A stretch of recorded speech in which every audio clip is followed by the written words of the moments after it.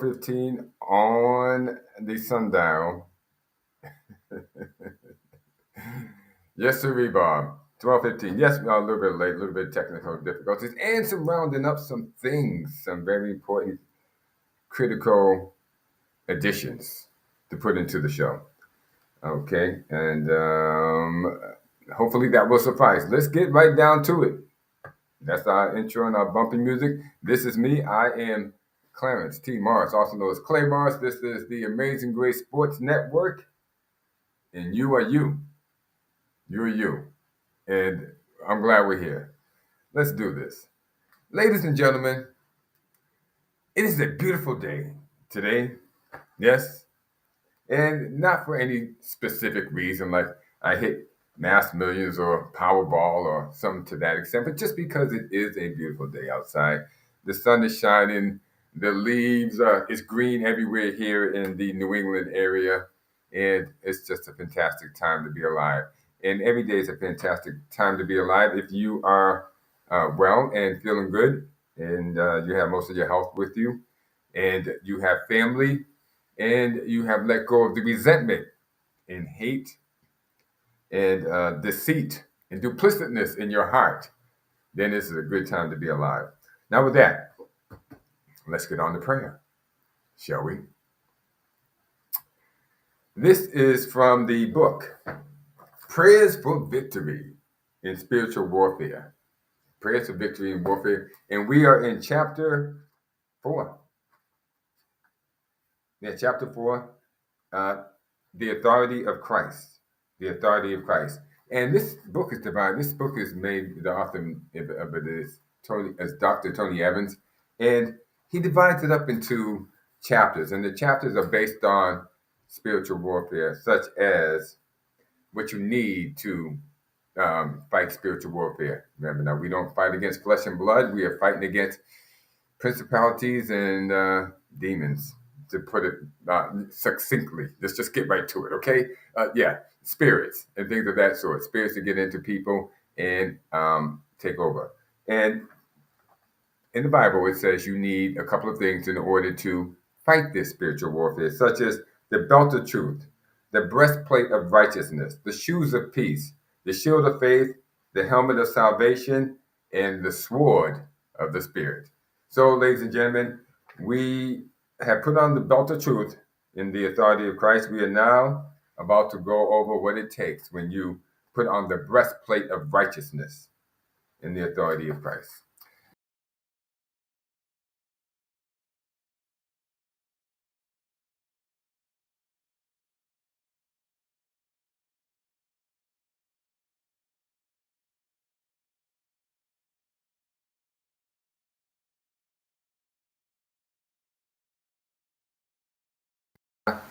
I gotta watch what I touch on this. We seem to be having some connectivity problems, and whenever I touch something, it jumps all over the place. So I'm going to be very careful about touching anything. And let me make sure that all of this is connected correctly. That's correct. And what about this? That's not correct. Let's do it this way. How about that? That should be a little better when it comes to the audio. So, hands off. Let's try this once again, ladies and gentlemen, sports fans everywhere and all around the world, from Algeria to Zimbabwe. We are putting on the breastplate of righteousness using the authority of Christ. Lord, I'm righteous in you because of Jesus Christ and because he has, in fact, become my righteousness, and righteousness has become my breastplate against the war against the enemy. Now, that didn't come out right. So we're going to do it one more time. Just bear with me. Lord, I'm righteous in you because of Jesus Christ has in fact become my righteousness, and righteousness has become my breastplate in the war against the enemy. I claim Christ's righteousness and his victory as my own, not because of any righteousness that I have done. No, no. Far from it, but because I have placed my faith in Jesus Christ. My victory does not come out of my own goodness. Rather, I will boast of my weakness, because when I am weak, Christ is strong in me. Amen. And that prayer there is so true. I wish I could go into it further. I may be eloquent in words, but I'm not eloquent in the Bible quite yet. But that is so true.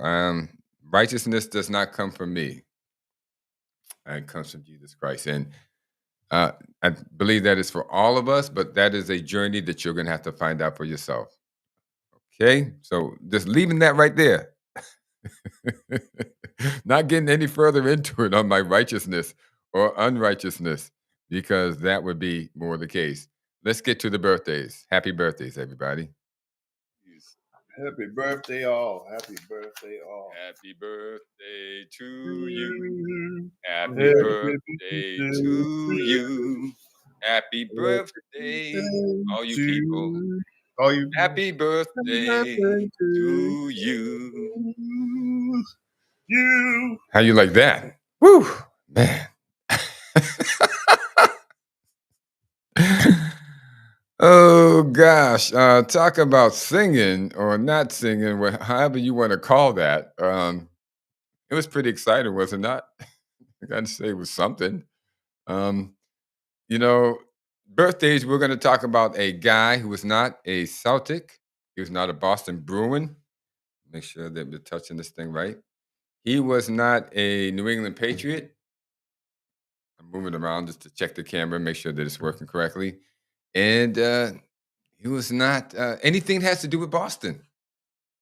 No, it wasn't. Our birthdays come from a guy who was a Detroit Piston.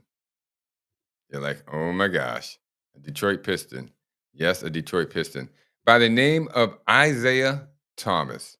Now, here's the thing: is I'm looking at it now. Um, I don't have a picture of Isaiah, but I'm going to get one. Okay, because you need to know about Isaiah Thomas, and you're just going to have to bear with me. You know what? What I'm going to do is I'm going to go get it now, because time is of the essence. You need to know who Isaiah Thomas is. If you don't know,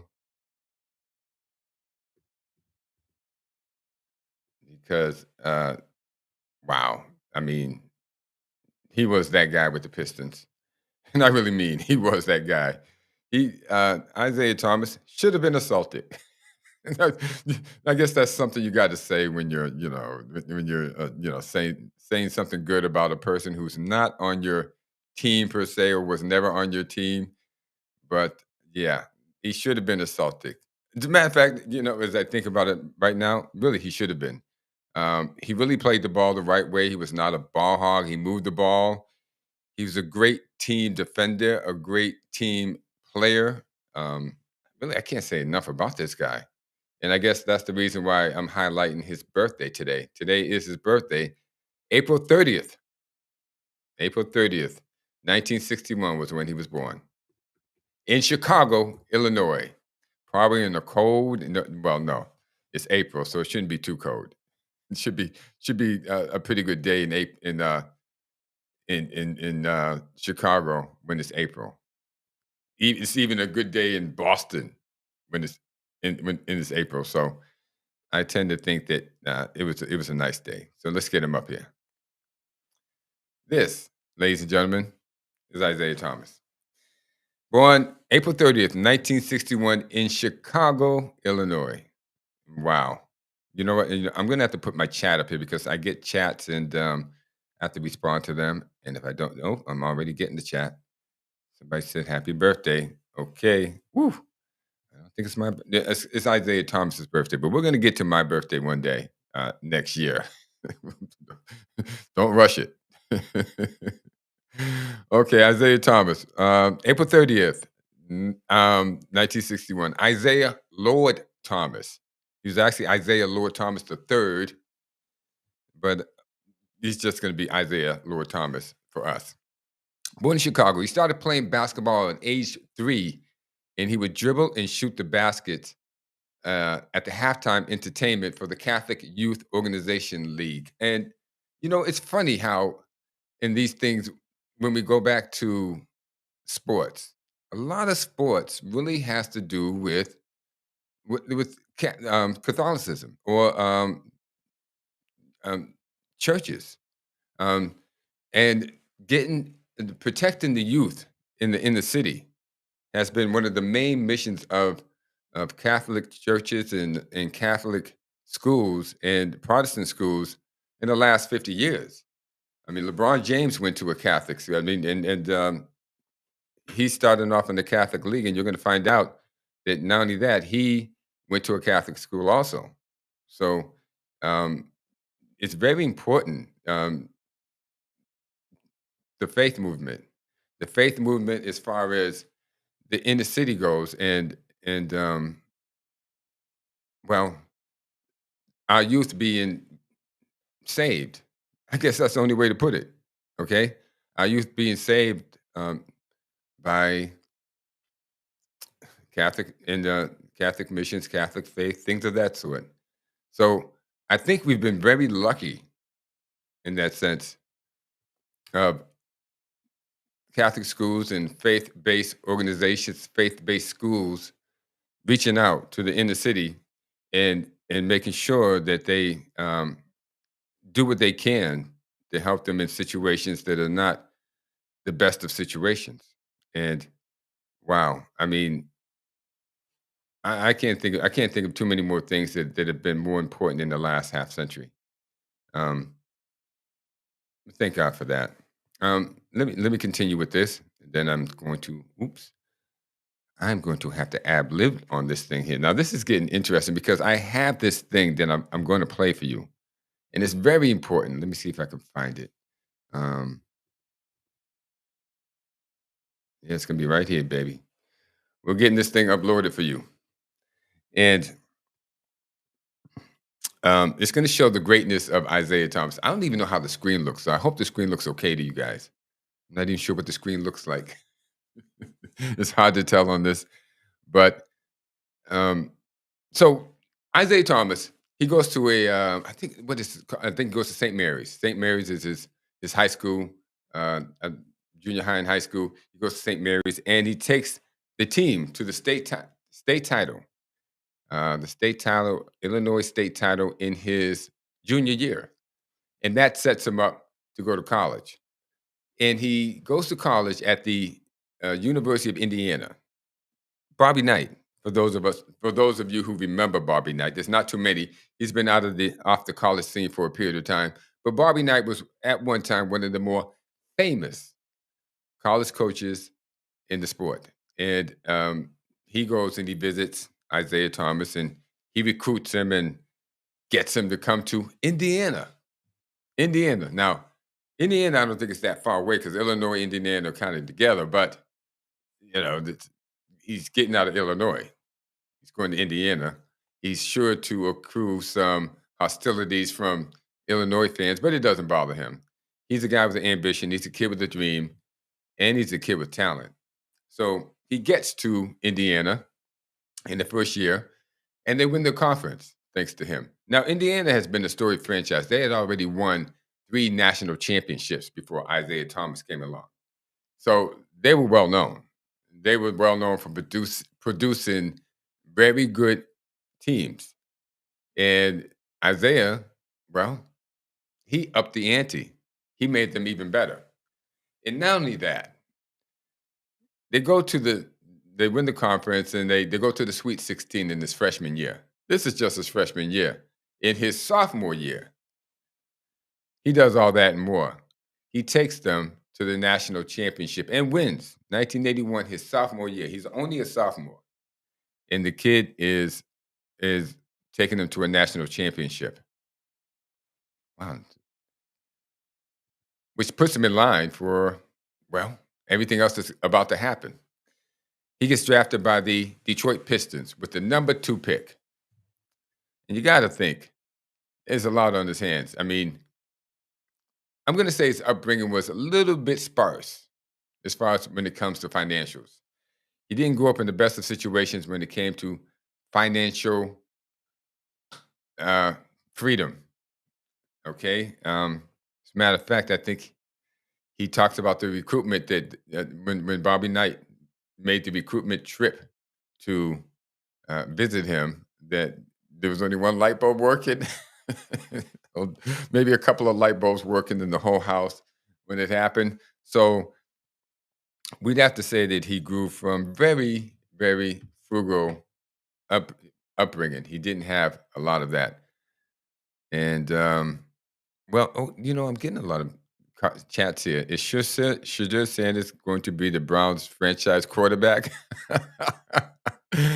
I'm sorry, Nus, Nus, Mr. Lena. I don't think he's going to be They drafted two other quarterbacks. At the same, I don't know. Does anybody know what the Browns are doing? I doubt it. I doubt that anybody knows what the Browns do. I doubt that the Browns know what the Browns are doing. Um, I wouldn't I don't know what's gonna happen to Shador, and we're gonna get to that later, about Shador. Which current team do I think Isaiah Thomas would best fit on? And I would check my email, for this guy. He says, "Check the email." Another guy says, "The truth says Shador is him." Shador is him? Shador was drafted in the 5th round. Um, Not too many hymns come out of the 5th round. You have to be the list is gonna be the list is gonna be a short list of people who, was drafted in the 5th round and became him. So, we'll have to see about that, but I don't believe that that's going to happen, that Shador would be him or he or it. Move that right along. Okay, but yes, I don't mind the chats. I love the chats. Um, you know what? The truth. Tell me why you think Shador is him, and don't let it be because of the jewelry that he wears either. Give me something substantial, something measurable in terms of football that we can debate on, or at least talk about. Okay, but to get back to Isaiah Thomas, right? We have a new scene here, and I'm just trying to get it up. Anyway, he goes to the Pistons. And the Pistons in 1981 are one of the worst teams in the league. But of course, that's how he was drafted with the number 2 pick. And of course, he takes them to respectability. Isaiah Thomas does. Isaiah is him. To use what the truth, the terminology that the truth brought out, Isaiah is him. They went from a it was below mediocre. The Pistons had never won anything, and nobody ever expected the Pistons to win anything, and nothing changed. They already had Lambeer. I think they already had a couple of other guys, but nothing changed until they got this guy, Isaiah Thomas. When they got Isaiah Thomas, everything changed, and they began that climb to respectability and then to the top of the charts because they won 2 championships with Isaiah Thomas as their leader. So, just to correct myself, he went to the Lady of Sorrows. Isaiah Thomas attended the Lady of Sorrows and then St. Joseph High School in Westchester and led St. Joseph to the state championships. Then he went on to play with Coach Knight, did well there, winning NAACP championship, NAA, NCAA championship. Okay, so cool. He won that, and it's just a sophomore year. Then he becomes a Detroit Piston, and eventually he goes all the way to the top, wins 2 championships. But when he retired, he was an NBA championship twice over, an NBA Finals MVP recipient, a 5-time All NBA team member, a 12-time NBA All Star with 2 All Star Game MVP awards, and he was the assist leader at the time. He was named to the NBA's 50th and 75th anniversary teams, and he was inducted into the Naismith Memorial Basketball Hall of Fame in 2000. Isaiah Thomas was also an NBA coach of 2 teams, the Indiana Pacers and the New York Knicks. And let me see if this thing has arrived, this clip, which I can show you, and we'll see if we can get it up. New scene. That doesn't seem to be happening. We're just going to have to just see what we can do and just go along with the program and probably play this at the end of the program. So let's get Isaiah off there and let's talk about Shedeur. Shedeur Sanders. Shedeur Sanders. Um, let's see how we get out of this. What happened here? Mhm. Okay, let's take that. There we go. I think we're on both screens. Shedeur Sanders. Shedeur Sanders was drafted in the fifth round. And my contention is that he shouldn't have been drafted at all. Now, I think I need to explain that a little bit. It's going to be plenty of people that are going to get riled up over what I just said, that he shouldn't be drafted. And I'm going to explain why. The story of the weekend was Shedeur Sanders. He was supposed to be drafted in the first round, in the top five. Um, but he dropped all the way down to the fifth round period. I mean, just the fifth round. Forget about the top five pick. He dropped down to the fifth round. I would argue with you guys. Anybody who wants to, you can come in the chat or however you want to do it and talk about why should he have been drafted at all. And what I mean by that is that it just like I said to the truth, we're the measurables. Does he have a strong arm? No. Is he big? Can he see over the pocket? Is he tall? Is he big? Can he run over people? No. Is he tall? Can he see over the line? No. Is he fast like Michael Vick or Jaden Daniels? No. When we added the measurables, he doesn't have any. I mean, nothing that's outstanding. Okay. Um, the only thing outstanding about Shedeur Sanders is that he is the son of Deion Sanders. Deion Sanders was a great cornerback in the NFL, but he brought with him one of the worst attitudes and character known to the world of sports. Because see, he just didn't play football; he played baseball too. And Deion never met a bridge that he wouldn't burn on the way out. And this included baseball and football, personal relationships. This is that guy. Deion, he was a player for the Falcons at first. And then he went to their rival, the San Francisco 49ers. Then he went to their rival, the Dallas Cowboys. Then he went to their rival, the Washington Redskins, before finally retiring as a Baltimore Raven.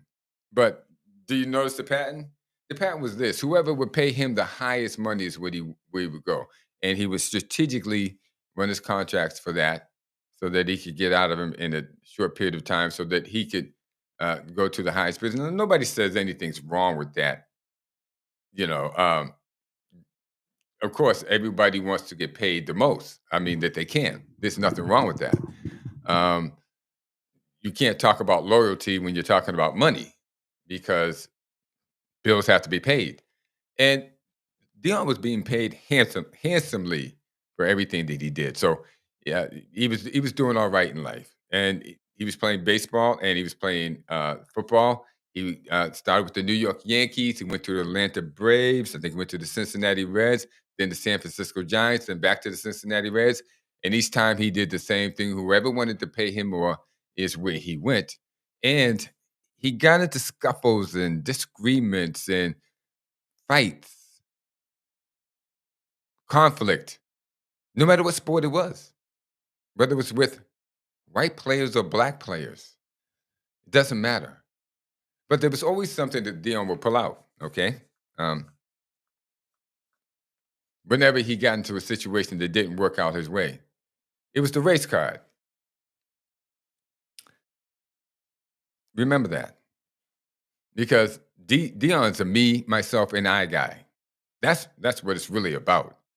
Anybody who thinks that Dion is with them because they care about them obviously has not read the room. Dion could care less about anybody. And last weekend was a great indication of that. That's right. Dion uses anybody he can, anybody available to get what he wants. Now, there's names for that. Some of them, narcissists and sociopath, and I don't know which name could be thrown out in this case, but this is a constant. You know, um, he's a tough guy, tough kid, great football player, great, but was a pretty good baseball player. But there was baggage that came with this all the time with Dion. He got into fights with teammates, not just people on the other side of the field. or the diamond, but with his own teammates. Yes. People that he was supposed to be friends with. Yes. Okay. Now, who does Dion go after when he gets into trouble? Okay. Who does he target to bail him out of this? Because he's never hesitated to throw anybody under the bus, whether it's been an owner or a fellow player. Okay, he'll throw them under the bus when it suits him financially or socially, black or white. They're all dupes for him. And when he gets in trouble, he goes after a certain segment of the population, the black sports fan, who defines and sees life through the construct of race. Now, this is very important to Dion. Okay, all of you who think Shedeur Sanders is a victim of collusion or racism or colonialism, you're just suckers. You're just fools to the puppet master. And the puppet master is Deion Sanders. Deion Sanders is pulling your strings. Now, how do I know this? Look at his track record. Okay? Whenever he gets in trouble, it becomes racism, collusion. They didn't want him in baseball anymore. It was collusion. No, it was your attitude. It was your character. Okay. Nobody in baseball wanted to deal with you. And it soon became to be that way in football too. Nobody wanted to deal with you. You went to the HBCU, Jack State. You burnt bridges there too. No matter where you go, the MO was the same. It's you, and you. And whether whoever it is around you, they are just there to make you look good. Case in point, you went from Jack State to Colorado, bringing Shedeur and Travis Hunter. You think that you get hired as a coach without those two coming with you? No. Has anybody pondered and stopped to ponder this? That if he doesn't bring uh, Shedeur and Travis Hunter, he's not going to be the coach of Colorado. I think he used them in order to become the coach of Colorado. Hello, wake up, smell the coffee. Now, Dion, who has been given everything he's ever had by some wealthy white owner, never fails to pull out the racism card when something doesn't go his way. And Dion is putting out most of the media or paying for most of the media that is claiming a vendetta against him and Shedeur. But he's burned so many bridges, Mr. Dion Sanders has, that he can't even get the usual race hustlers to side with him. Right? They're disgusted and distancing themselves from his allegations. Chris Carter, Bomani Jones, and others, even Jameli Hill, have instead placed the blame squarely on Dion. And I'm going to play a clip from Bomani Jones so that you can hear what he has to say. And I know that's hard to believe that Bomani Jones is not going out on a limb saying, "Oh, it's because he's black. It's because of racism." Well, I mean, listen for yourselves. How we got here is a combination of two things. One of them is that you couldn't get a straight answer from anybody at Colorado about Shedeur.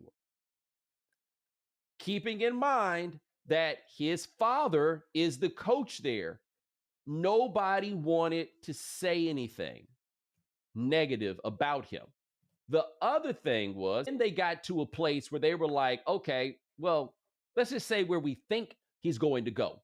But also people being very skeptical and worried about saying something bad because Deion Sanders is vengeful toward media members. You saw that at the start of the 2024 season where he started telling people that they couldn't come to press stuff and answer questions because he didn't like what they had said. Everybody thought somebody else was going to take Shedeur, but none of them wanted to take him themselves. I think his son was operating on the principle that my daddy knows everything. My daddy knows this league. And my daddy says I'm going to be a top 10 pick. So, Nope. That's right. The son was following the father. the father's advice. He's been taking the father's advice. He's been doing what he's been told by his father. He's a good, dutiful son. I mean, obviously, um, he's taking instruction very well. He's taking his talents. I mean, how mediocre they might be to a level where he is in the NFL. Somebody's considering him that thinking that he might be able to make it in the NFL. So, um, oh, okay. How can I reach you? Emailed you. Okay, we'll talk about that. Do I think Shedeur has the potential to live up to the legacy of his father? No. No champions are born, they're not made. And that gets to another point that we're talking about these fathers that are living through their sons or using their sons as props. Um, of which Dion, obviously, when he brought Shedeur and Travis Hunter over, Travis Hunter is probably the most important part of that mix. As we could tell, he went number two.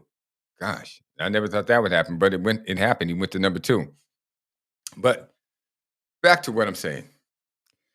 Dion has fooled this segment of the population, the black sports fan that sees life in terms of a construct of race.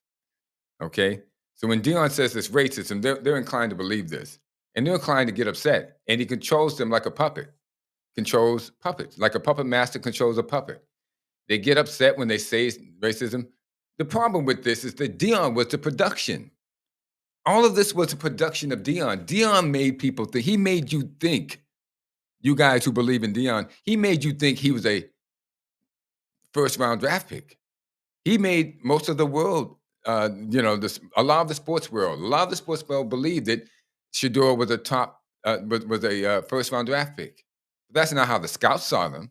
That's not how I saw him by analyzing them. But I can tell from the teams, none of them saw Shedeur Sanders as a draft pick in the first round. They saw too many problems in his demeanor, his attitude, his personality, and then they didn't see enough upside in his athletic ability. He's not his father. He doesn't have those quick, twitchy. Well, very few people are going to ever be as good as Deion Sanders was on the football field, or for that matter. So we can't ever say that. We can't measure these sons up to their fathers. I mean, that's an injustice to both. So there was not enough upside in athletic talent to draft him as number one. And I'm going to give you. Let me go to something else here. Okay. That was Bomani Jones. Here at the Not Hard to Find Showcase here in Boulder, Colorado. And the man who was instrumental in this taking part is, of course, Deion Sanders, head coach of Colorado football. Coach Prime, you look around this area right now, and this is the epicenter of the football world. Well, we're thankful. We're appreciative. We're not hard to find. We wanted to spotlight our seniors and the guys that are selected to go to the draft, and we've done a great job of it. It's unbelievable, and all the teams are represented. But I'm happy. I'm excited. We don't have no preference of which team. But I'm excited. We already won, man. Yeah. Do you understand? We coming from HBCU. Yeah. We coming from Jackson. Yeah. We've already won. Here, Field Yates and Lewis Riddick at the Ain't Hard to Find Showcase here in Boulder, Colorado. And Lewis, we're going to see Shedeur Sanders over here in just a couple minutes. But before we see him on the field, we have seen quite an atmosphere out here. Really unlike any pro day that I've ever been to in my lifetime. How about you? Look, this is the quintessential Deion Sanders production. That's right, ladies and gentlemen. That's the quintessential Deion Sanders production. Think about that. You guys were just part of a production and didn't know it. Deion Sanders was producing this to make his son go in the first round. He tried to get him as a Heisman Trophy winner, but it didn't work out. He tried to produce a Heisman Trophy winner off media and production. Didn't work out. Travis Hunter got that. Wonder how that room was. Then he tried to make a production so that Shedeur would be a first-round draft pick. Travis Hunter was the first-round draft pick. That's not working out too well. Well, Deion, that's him. You guys got fooled. Shedeur was never a first-round draft pick, and never ever. And as Bomani said, plenty of people thought that somebody was going to take him, but it wasn't going to be them. I mean, then you'd have to deal with Deion also being the guy who's there and seeking some limelight and has a platform, as you can see, this media stuff that he produces. Okay, if you do something that he doesn't approve of, he doesn't like, it's somehow going to get leaked here, there, and whatever. And now you got another fire to put out. Let's see what the Cleveland Browns do with that. Now, Deion didn't just fool you guys. And this is where I hold Deion accountable. More than anything else, Deion fooled his son. These guys that are using their sons as props to retain popularity. LeBron James, that's right, I'm saying it. And Shedeur Sanders. Their sons are the ones that get hurt. The sons have no clue that they're just dutiful sons. They're just trying to be the best sons they can be for their father because they look up to their fathers. They believe in their fathers. Shedeur wears these weighted anchors around his neck. They look like a freaking anchor. They're so big. Diamond encrusted gold, this gold, platinum, that. Trying to emulate his father. You better not walk in the hood with that, Shedeur. You better not ever leave the nice areas, okay? You better not ever leave the nice areas wearing that stuff. Because the people that you think you're representing are going to take that off you quick, fast, and in a hurry if they ever see you driving down their street in a convertible. You won't make it down the street. They might even tell you just to pull over. Hey, brother, come on. This Shedeur Sanders. You better step on that gas, dude, because you wearing something like that just makes you a target. And your father knows this. Your father should have never let you go in that direction, but instead he lets you go in that direction because it serves him. It's still you're living proof of him, and he's living through you. Does that make sense? I hope it does. But that's what's happening. You're being played right along with the rest of us, Shedeur. And if you think I'm kidding, Shedeur had no idea he was falling out of the first round. None. The kid was shocked. We all didn't expect this, of course, but all this is of course, fuel to the fire. And under no circumstance, we all know this shouldn't have happened. But we understand we're on the bigger and better things. Tomorrow's the day. We're going to be happy regardless. Legendary.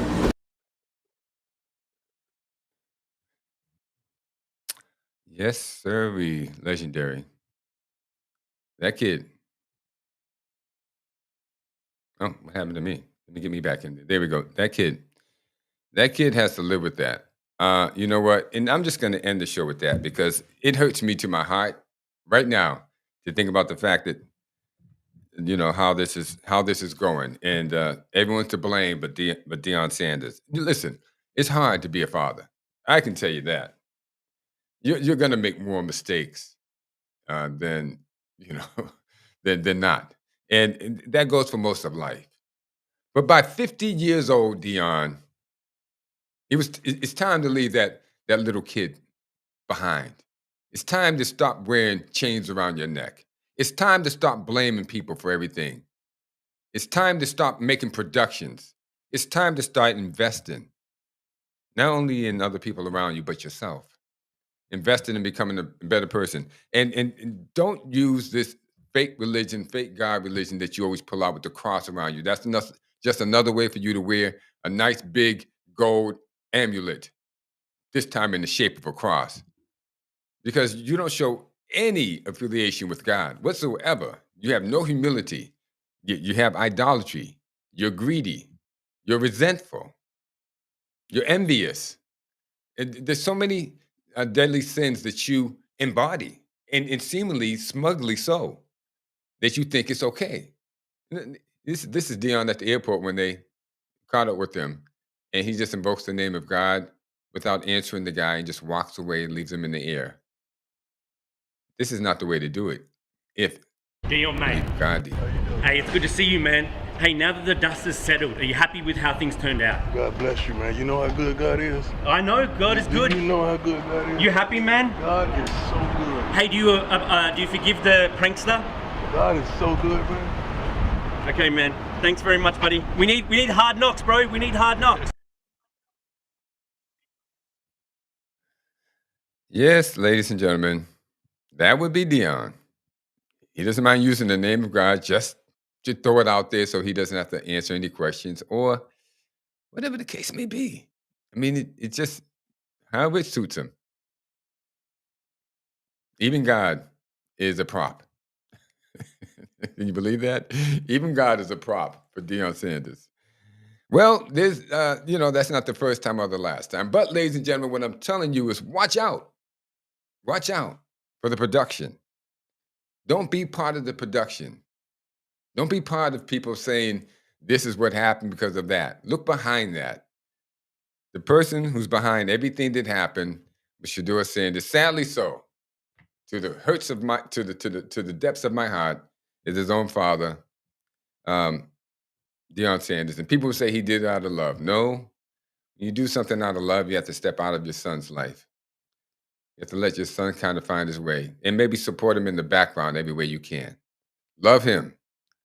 Love him because if you ever were there when your kid was born, you can't do anything but love your kid no matter what.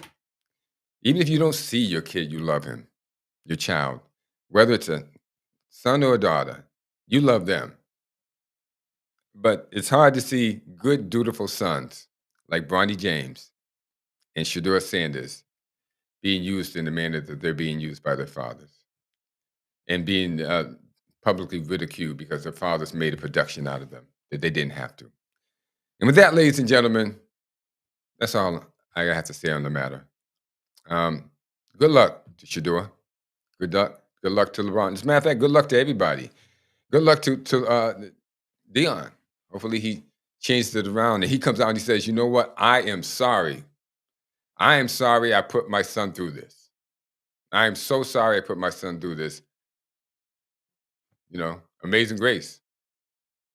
How sweet the sound that saved a wrench like me. Amazing grace, Dion. Say you're sorry to your son and move on and get out the way. Maybe he'll be more than any of us ever thought. With that, I'm out of here, ladies and gentlemen. Have a good day.